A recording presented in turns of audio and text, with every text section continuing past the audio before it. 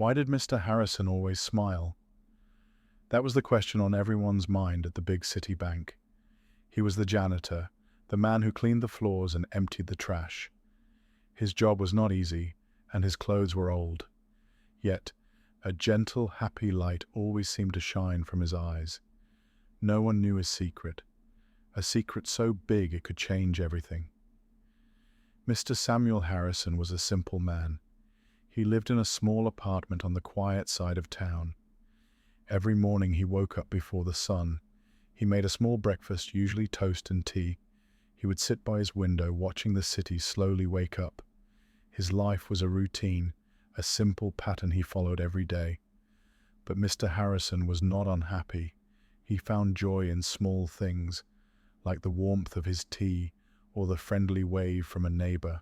For 30 years, Mr. Harrison had worked at the same place, the Grand City National Bank. It was a building of marble floors and tall glass windows. Important people in expensive suits walked its halls every day. They talked about money, millions of dollars, in loud, confident voices. Mr. Harrison would listen as he polished the floors until they shone like mirrors. He was invisible to most of them, just a part of the building. But he didn't mind. He liked being quiet. He liked to watch and to listen. His problem, if you could call it that, was loneliness. His wife had passed away many years ago, and they had no children. His world was small and quiet. His only friends were the stray cats he fed in the alley behind his apartment, and Mrs. Gable, the kind old librarian at the city library. He spent his weekends there, lost in the world of books. He loved stories of adventure, mystery, and faraway lands. The library was his escape. One Monday morning, something was different at the bank. The air was thick with worry. Mr. Sterling, the bank president, had lost a very important document. It was not just any paper. It was a contract for a huge deal, a deal worth millions. He was a man used to being in control, but now his face was pale with stress. He shouted at his assistants, his voice echoing in the grand hall. "Find it! It must be somewhere!" he yelled, his hands shaking. Mr. Harrison watched from a distance, leaning on his mop. He saw the panic in everyone's eyes. He felt sorry for Mr. Sterling, a man who seemed to have everything but now looked so lost. The janitor continued his work, his movements slow and steady. He emptied the trash can in Mr. Sterling's large, fancy office. As he tied the bag, his fingers brushed against a thick, folded paper at the bottom. It felt different from the other trash. He pulled it out. It was the missing contract. Someone must have thrown it away by mistake. For a moment, Mr. Harrison stood perfectly still. He could just leave it. He could pretend he never saw it. But that was not his way. He was an honest man. He walked to Mr. Sterling's desk and placed the document on top of a pile of papers. He didn't say a word. He just turned and walked away, his old shoes making soft sounds on the clean floor. A few minutes later, a young assistant found the contract. "Mr. Sterling, sir! It's here! It was on your desk!" she exclaimed, relieved. Mr. Sterling grabbed the paper, his relief so great he almost cried. He didn't ask how it got there. He didn't even think about it. He was just happy his problem was solved. He never noticed the quiet janitor who had saved his very important day. And Mr. Harrison, as always, just smiled his gentle, secret smile. He didn't need a thank you. The feeling of doing the right thing was enough for him. This was the world of Mr. Harrison, a world of quiet dignity and hidden kindness. But his quiet life was about to change forever. The next few weeks at the bank were normal. The panic of the lost contract was forgotten. Mr. Sterling was busy and important again. Mr. Harrison continued his simple routine. He mopped the floors, cleaned the windows, and listened to the sounds of the bank. But something inside him had shifted. The incident with the contract made him think about the people he worked for. They had so much money, but were they happy? Mr. Sterling had looked so scared, so helpless. Mr. Harrison thought about his own life. He did not have much money, his savings were small, but he felt a sense of peace that money couldn't buy. He had his books, his cats, and his quiet moments. He started to pay more attention to the lives of the people around him. He saw the young tellers, working hard to pay for their education. He saw the security guards, standing for hours, their faces tired. He saw people with dreams and worries, just like him.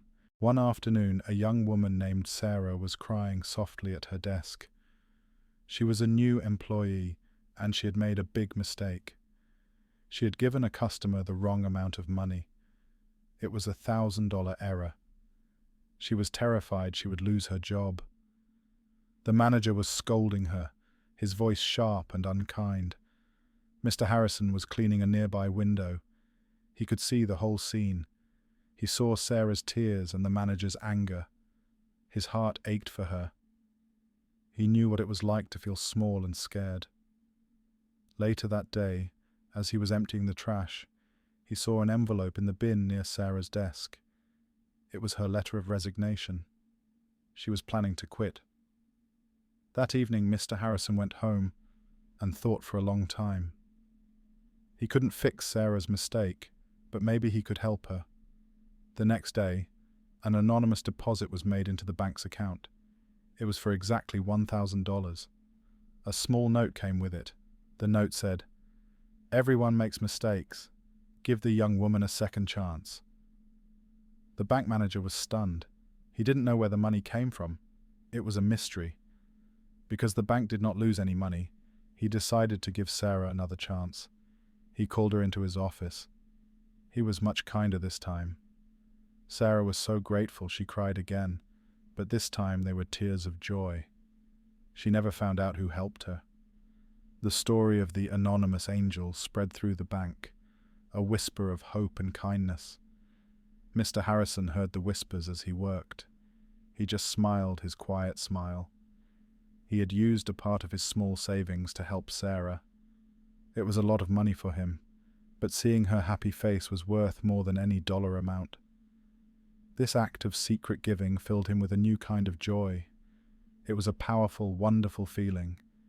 He realized he could do more. He could make a difference in his own small, quiet way. He started looking for other opportunities to help. He noticed Mr. Chen, the old security guard, often limped. Mr. Harrison learned that Mr. Chen needed a special kind of shoe for his painful feet, but they were too expensive. A few days later, a package arrived for Mr. Chen at the bank. Inside was a brand new pair of the special shoes. There was no name on the package, only a note that said, "For a man who stands tall." Mr. Chen was shocked. He showed everyone the shoes, his eyes wide with wonder. The legend of the bank's anonymous angel grew stronger. Everyone talked about it. Who was this person? Why were they doing this?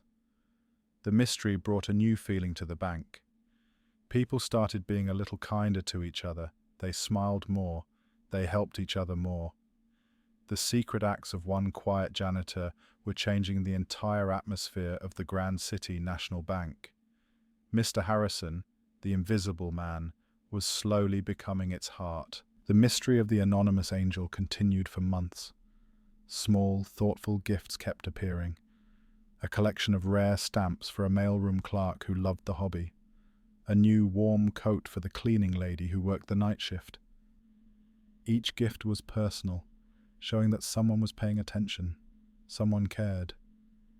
The employees started leaving thank you notes on a public bulletin board addressed to their secret benefactor. "Thank you, Angel, for the concert tickets. It was my wife's dream to go," one note read. "Thank you for the art supplies. I can finally start painting again," said another. Mr. Harrison would read these notes every morning, a deep warmth spreading through his chest. This was his secret conversation with the world. He was using his life savings bit by bit to bring small joys to others. His bank account was getting smaller, but his heart had never felt so full. He had to be careful, of course. He made sure no one ever saw him. He would mail the packages from different post offices or use a delivery service, always paying in cash. One day, he received a letter.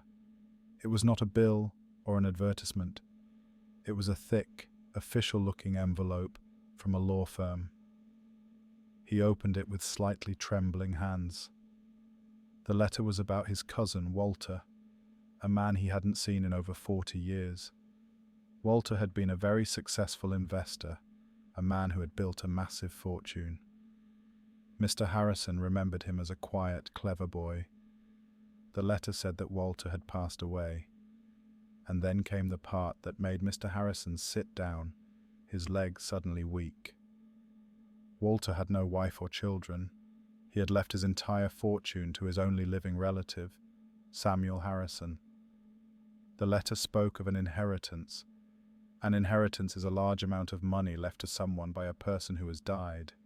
The amount was staggering.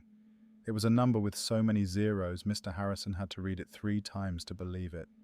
He was a millionaire, many, many times over. He sat in his small apartment, the letter in his hand, and stared at the wall. Nothing felt real.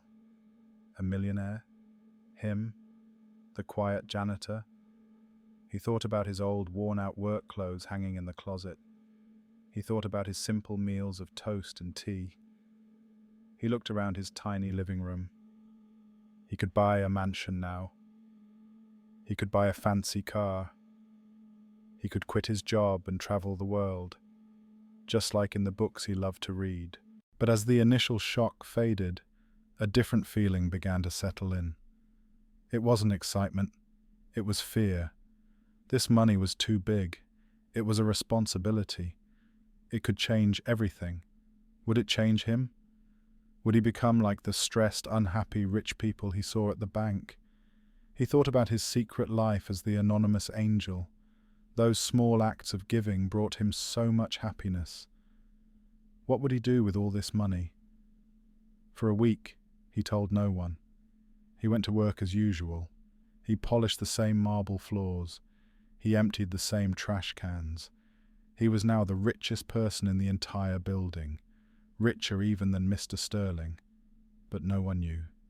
He was still just Mr. Harrison, the invisible janitor. The secret felt heavy in his chest. It was a wonderful, terrifying secret. He realized he had a choice. He could reveal his new wealth and change his life completely. Or he could remain Mr. Harrison, the janitor. He could keep his secret. An idea began to form in his mind, an idea so grand and so daring, it made his heart beat faster. What if the anonymous angel didn't have to give small gifts anymore? What if the angel could solve bigger problems? With this fortune, he could do so much more. He could change lives in ways he had only dreamed of. The janitor who secretly became a millionaire now had to decide what kind of millionaire he wanted to be. Mr. Harrison made his decision. He would not change his life, not on the outside. He would remain the janitor of the City National Bank. He enjoyed the simplicity of his routine. He liked the feeling of being grounded, of doing honest work. The real change would be in secret. His mission as the anonymous angel was about to get much, much bigger. He started a foundation, a charitable organization. He called it the Walter Foundation, in honor of his cousin. He hired a small, trustworthy team of lawyers and accountants to manage it for him. He was the founder, but his name was kept completely secret. He was known to them only as the benefactor. They never met him in person. He communicated with them through encrypted emails and letters sent from different cities. His first major project was for the bank's own community. He learned that Maria, one of the cleaners, had a very sick child.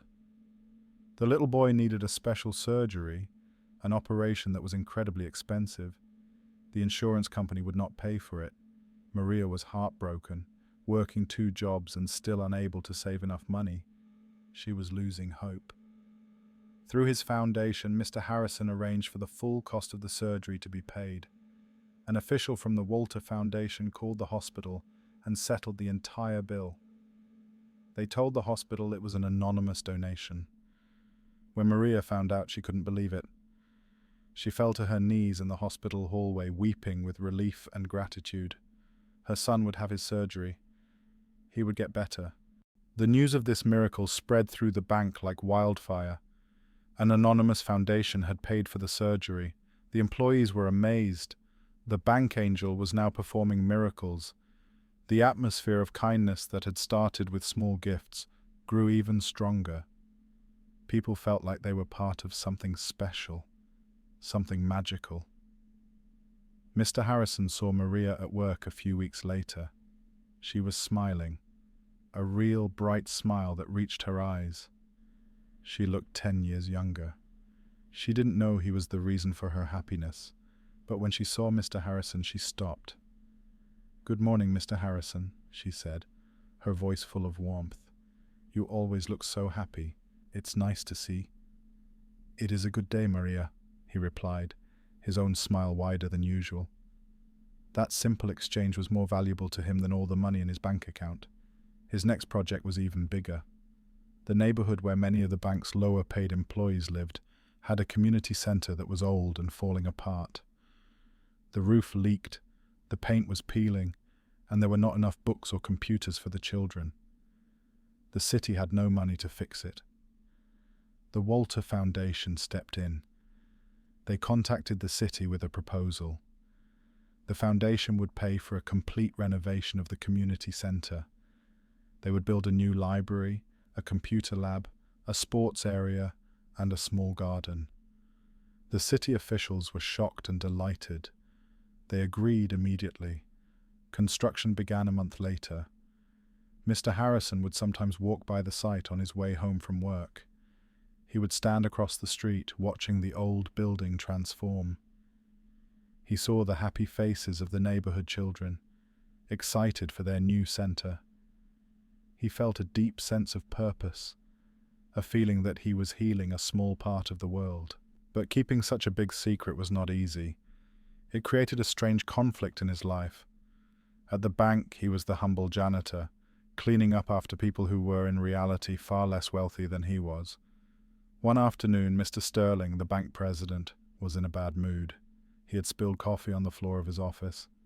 "Harrison, get in here and clean this mess up, and be quick about it," he shouted, his voice full of arrogance.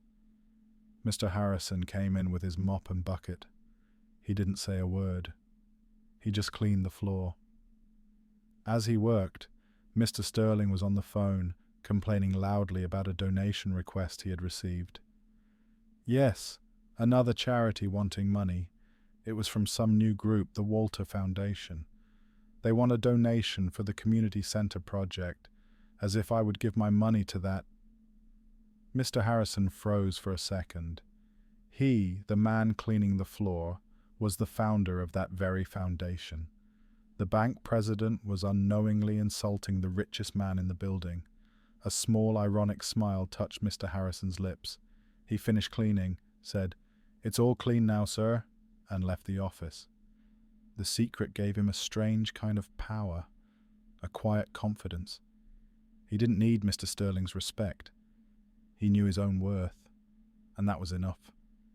The janitor's secret was safe, and his greatest work was just beginning. The newly renovated community center opened on a sunny Saturday. There was a big celebration.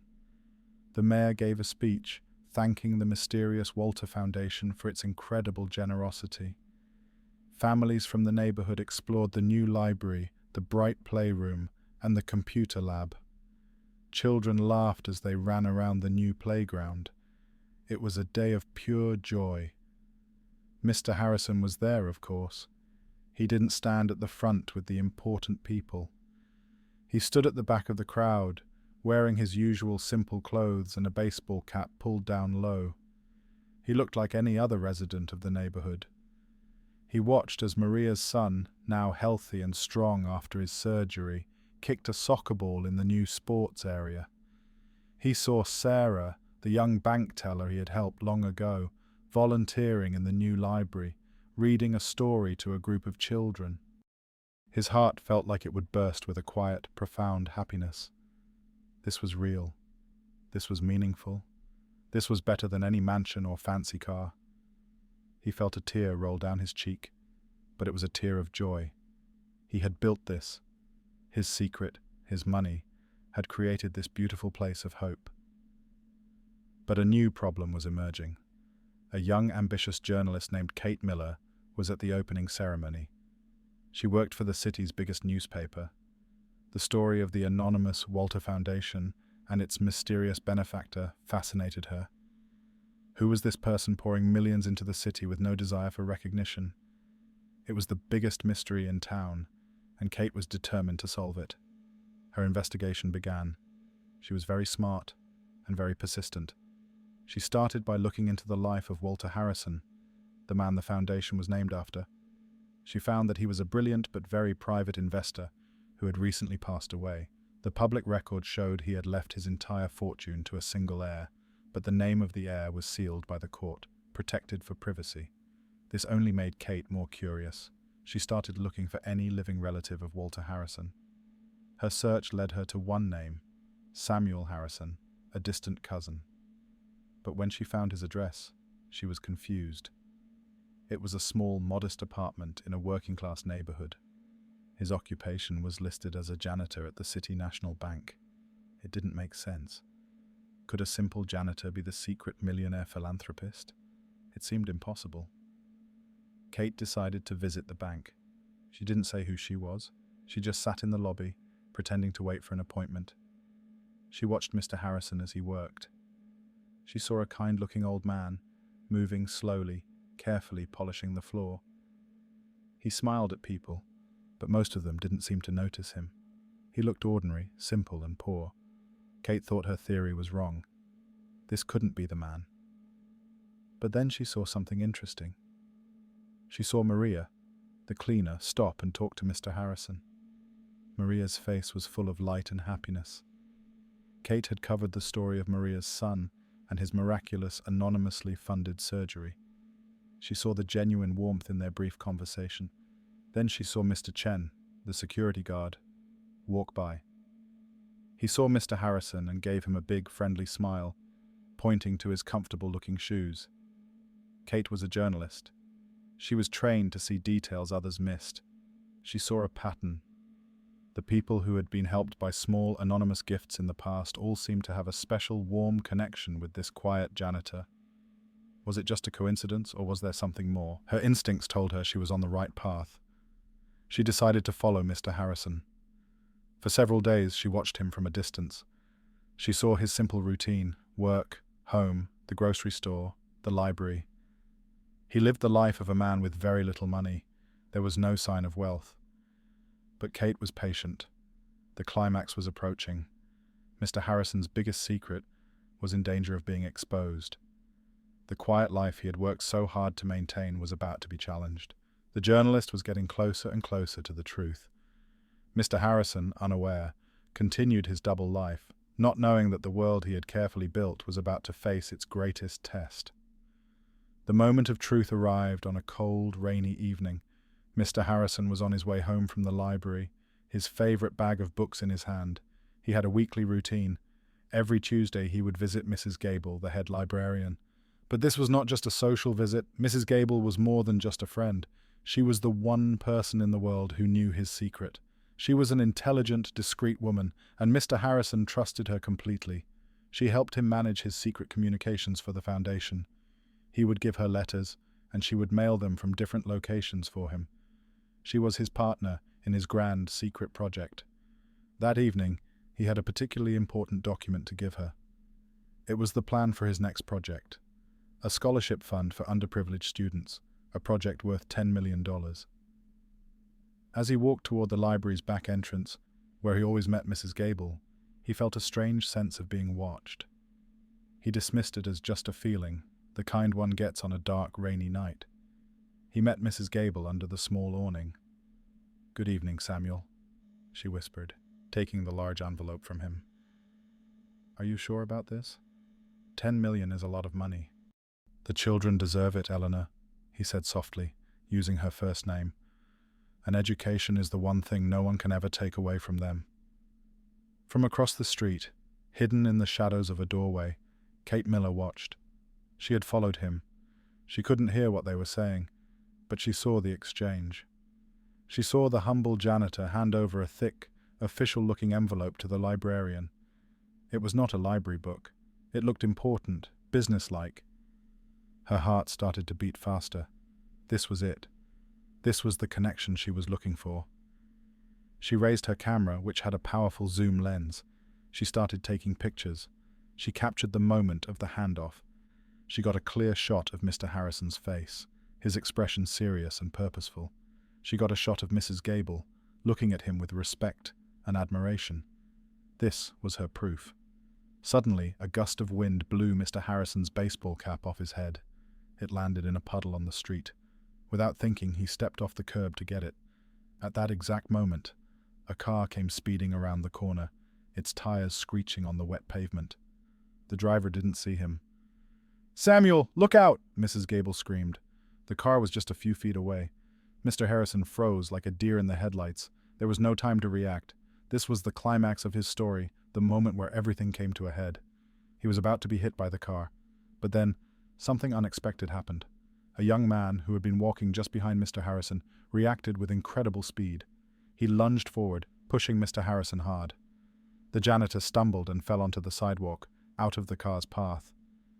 The car sped past, its horn blaring, and disappeared into the night. Mr. Harrison lay on the wet ground, stunned and shaken.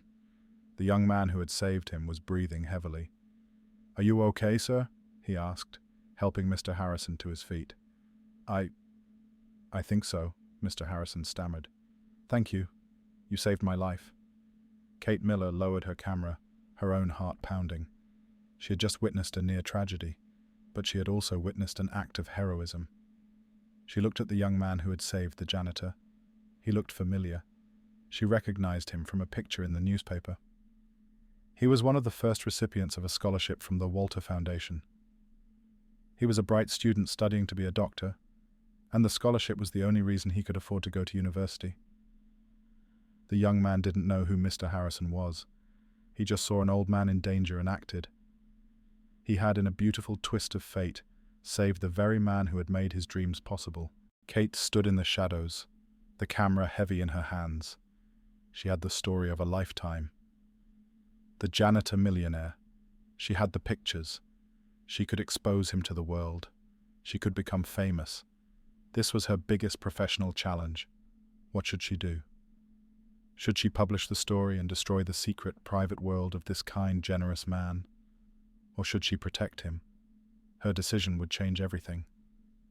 The rain began to fall harder, washing the grime from the city streets. Mr. Harrison, still shaken, thanked the young man again. Mrs. Gable rushed over, her face pale with worry. "Samuel, are you all right? We need to get you home."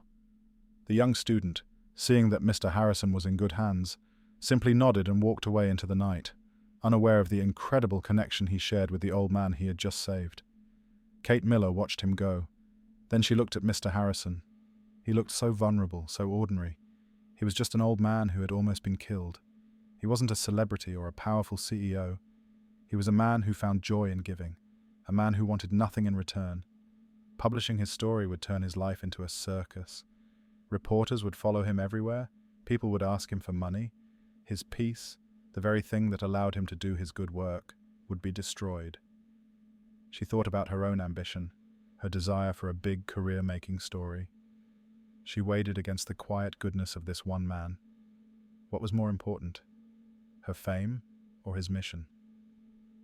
In that moment, Kate Miller made a decision. She was a journalist, yes, but she was also a human being. She stepped out of the shadows and walked towards them. "Excuse me," she said, her voice gentle. Mr. Harrison and Mrs. Gable turned, their expressions wary. "My name is Kate Miller. I'm a journalist," she began. She saw the fear in their eyes.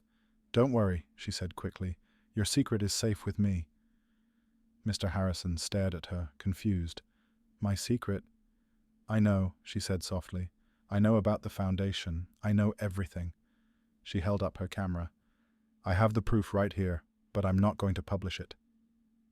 Mrs. Gable looked at her, her eyes sharp. Why not? It's the story of the year. Because some stories are more important than headlines, Kate said, looking directly at Mr. Harrison. What you are doing is incredible. It's pure. If I write this story, I will destroy that.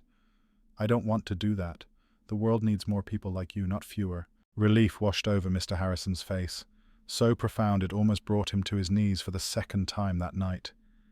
He had faced his biggest challenge, the threat of exposure, and he had been saved, not by his money, but by the kindness and integrity of a stranger. Kate deleted the photos from her camera, right there in front of them. It was a symbolic act, a promise. But I want to help, she said. Your story is too important not to be told, but it must be told the right way. Your foundation could do so much more if people knew about its mission, even if they don't know about you. And so, a new, unlikely partnership was formed on that rainy street corner. The janitor, the librarian, and the journalist. Kate, using her skills as a writer, began to work with the foundation. She wrote powerful, anonymous stories about the people the foundation helped. She told the story of Maria's son, of the community center, of the scholarship students. Her articles brought more attention to the foundation's work, and because people trusted her reporting, donations began to come in from the public.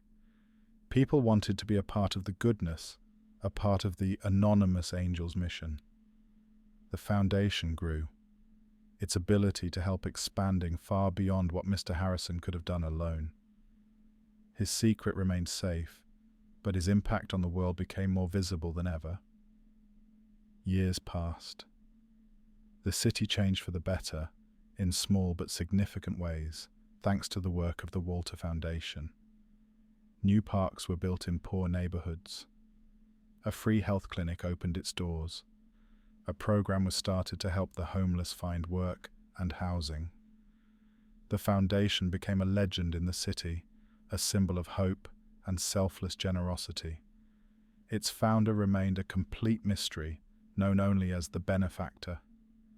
Mr. Harrison finally retired from his job as a janitor. He was older now, and his bones ached a little more each day, but his smile was still there, as gentle and as bright as ever.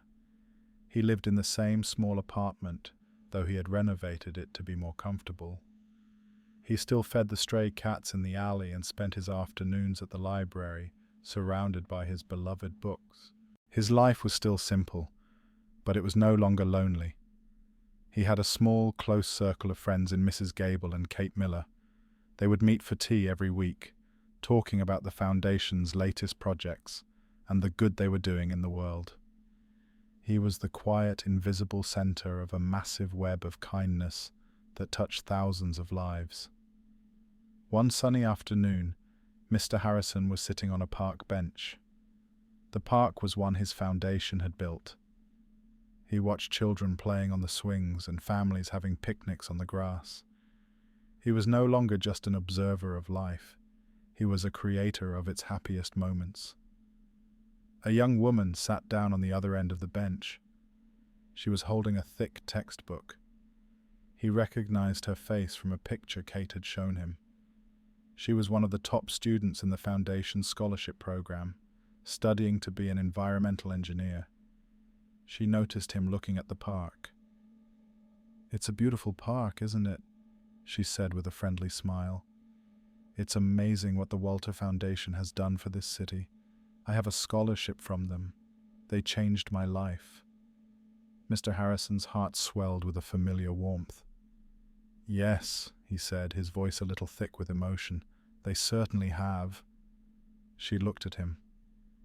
"You know," she said thoughtfully, "I always wonder about the person who started it all. I imagine they must be a very good person, someone who truly understands that the best kind of wealth isn't what you keep, but what you give away." Mr. Harrison simply smiled his gentle, secret smile. He didn't say a word. He didn't have to. The young woman's words were the perfect conclusion to his life story. He was the janitor who secretly became a millionaire. But his real legacy was not in the money he had received, but in the love and kindness he had spread throughout the world. He had learned that true richness comes from a full heart, not a full bank account. And in his quiet, humble way, Mr. Harrison was the richest man in the world.